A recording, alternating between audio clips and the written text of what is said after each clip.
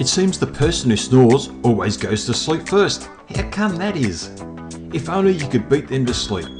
It always happens. You both go to bed and the person who snores drops off to sleep straight away and leaves you to lie there frustrated and awake.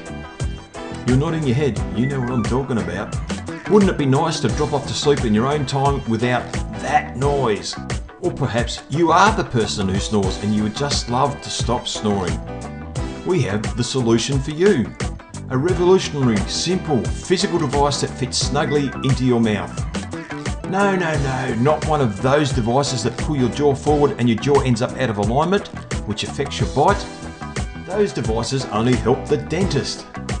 This device fits snugly between your gums and your lips, and it doesn't matter if you have dentures. It suctions to the tip of your tongue and keeps the tongue from slipping to the back of your throat, which is what is causing that noise.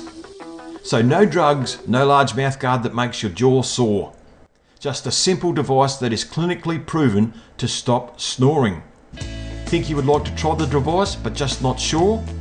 You can try the device for 30 days and if you're not satisfied with it, return it for a refund. No funny business like, what, you've used it and you want your money back? Nothing like that.